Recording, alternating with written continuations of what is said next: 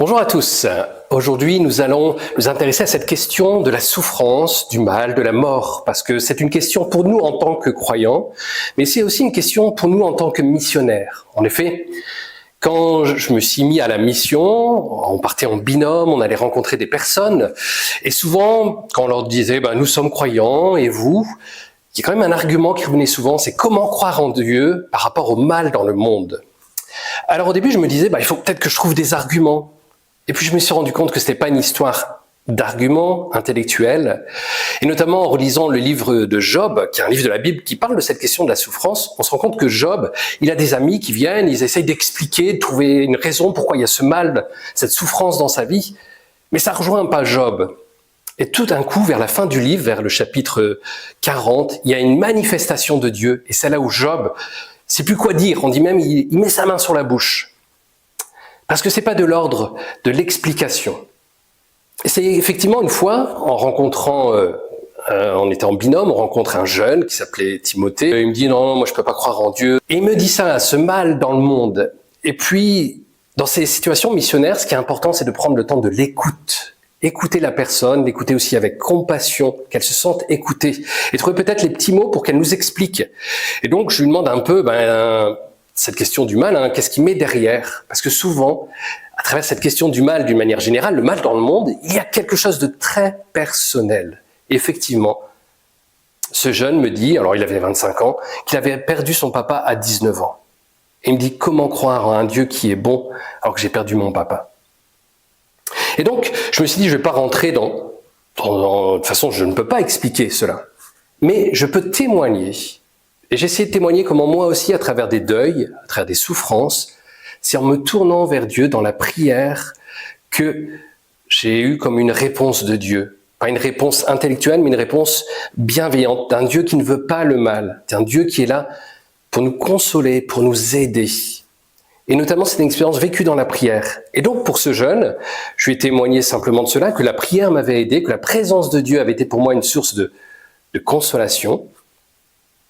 Et donc, avec le binôme avec qui on était, on lui dit, est-ce que tu acceptes qu'on prie pour toi? On était dans la rue, et on lui dit, est-ce que tu veux qu'on prie pour toi là maintenant, qu'on prie pour ton papa aussi? Et ce jeune dit, alors qu'il avait dit qu'il n'était pas croyant, il dit oui, tout de suite. Et donc là, on a prié très simplement, avec nos mots à nous, une prière très courte. On a dit, Seigneur, nous te prions pour Timothée, pour la souffrance qu'il porte encore aujourd'hui. Viens le consoler, viens l'aider. Et nous te confions son papa, daigne l'accueillir dans ton royaume. Amen. Prière très courte. Et on se regarde. Et là, je vois que Timothée a les larmes aux yeux. Et on se prend dans les bras. Et il me dit merci. Merci pour cette rencontre. Voilà. Je vous témoigne de ça parce que je pense que quand nous sommes confrontés à ces questions du mal, de la souffrance, de la mort, c'est Dieu qui peut rejoindre les personnes. On le voit Jésus, quand il rencontre des personnes qui souffrent, quand il rencontre des malades, c'est lui qui va venir les consoler, les guérir, les restaurer, les rejoindre dans ce qu'ils vivent. Et nous, en tant que missionnaires, nous sommes là pour faire ce pont entre Jésus et la personne. Et ce pont, c'est la prière. Alors, c'est pas simple, mais je crois qu'il y a véritablement là un enjeu de pouvoir faire vivre une expérience de prière. Même si on est dans la rue, c'est possible. Alors bien sûr, si vous êtes au milieu d'une foule, c'est pas évident, mais si on est dans un endroit un peu reculé, c'est tout à fait possible. Osez prier pour ces personnes. Bien sûr, c'est pas simple. Et c'est pour cela que, déjà entre nous, entre chrétiens, il y a peut-être un apprentissage à prier les uns pour les autres. Quand on aura fait cela, cette expérience entre nous, entre chrétiens, dans nos paroisses, dans nos groupes de chrétiens, nous serons à l'aise pour pouvoir le proposer quand nous serons en situation de mission.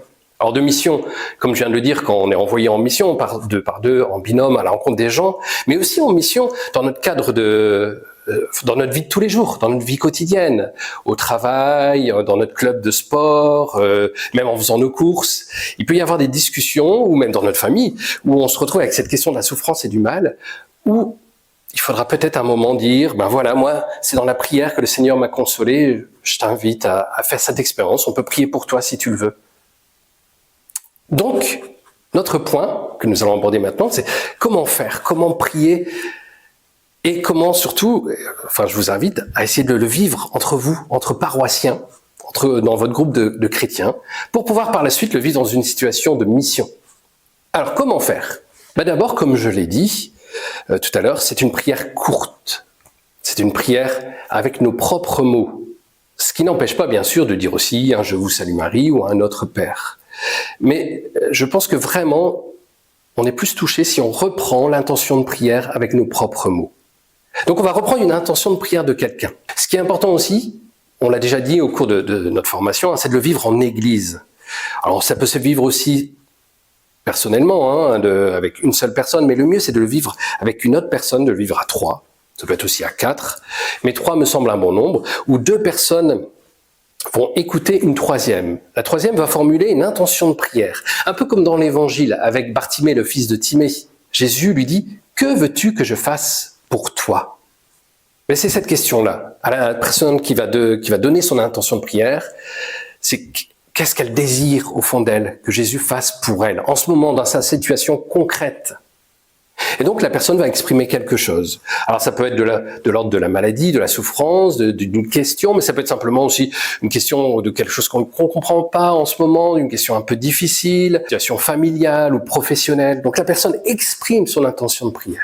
Et les 2 autres écoutent avec compassion. Et puis là, après, elles vont reprendre avec leurs propres mots l'intention de prière. Elles vont intercéder.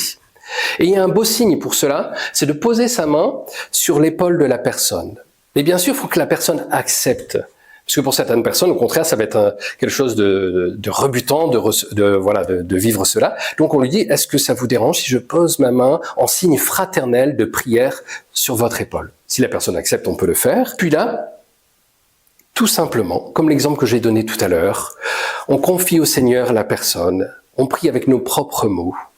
Il peut y avoir du silence. On peut terminer aussi avec surtout dans le cadre paroissial, avec un autre Père ou un « Je vous salue Marie ». Et voilà, on a confié cela au Seigneur. C'est le pape François qui disait ça, qui parlait justement de ces rencontres, quand on rencontre quelqu'un dans une rencontre missionnaire, que si on arrive jusque-là, alors on peut pas toujours le faire, parce que des fois les personnes ne voudront pas, mais si on arrive jusque-là, la personne fait une expérience que son souci, sa question, son intention de prière a vraiment été remise entre les mains de Dieu. Et c'est bien là, il me semble, l'essentiel dans la mission, que la personne puisse faire une première expérience, que Dieu est à l'écoute, que Dieu entend sa prière. Et cela passe par nous, passe par notre prière fraternelle.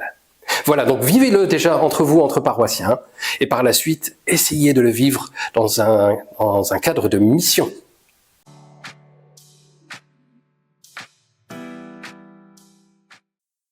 Il y a 3 ans, j'ai vécu une prière des frères qui a transformé ma vie. Notre fille venait de nous annoncer son entrée au noviciat, et si ma tête disait oui, mon cœur de maman refusait la séparation. J'ai eu besoin de confier cette difficulté dans la prière des frères, et ça a vraiment pour moi été une libération. Les frères m'ont invité à confier cette souffrance et à offrir au Seigneur ce que nous avions à vivre. J'ai vraiment reçu une grande grâce, l'effusion de l'Esprit Saint. Je suis ressortie de cette prière dans la paix, la joie, libérée. Et ça me porte encore aujourd'hui. C'est donc tout naturellement que j'ai accepté d'être priant lors de veillées où la prière des frères est proposée. Ce sont vraiment des temps bénis, des temps de foi, de ferveur, où le frère peut se confier et où, réunis au nom de Jésus, on peut accueillir cette demande et prier pour lui, avec lui. Et le Seigneur répond, le Seigneur agit, c'est une évidence.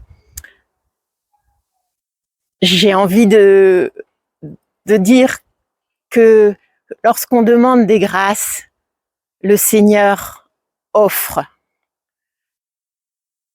J'ai aussi eu l'occasion, lors de messes ou dans des rencontres, d'entendre des gens exprimer un grand désarroi et de pouvoir proposer la prière des frères parce que quelqu'un d'autre de la paroisse était là présent et pouvait permettre qu'on vive cette prière.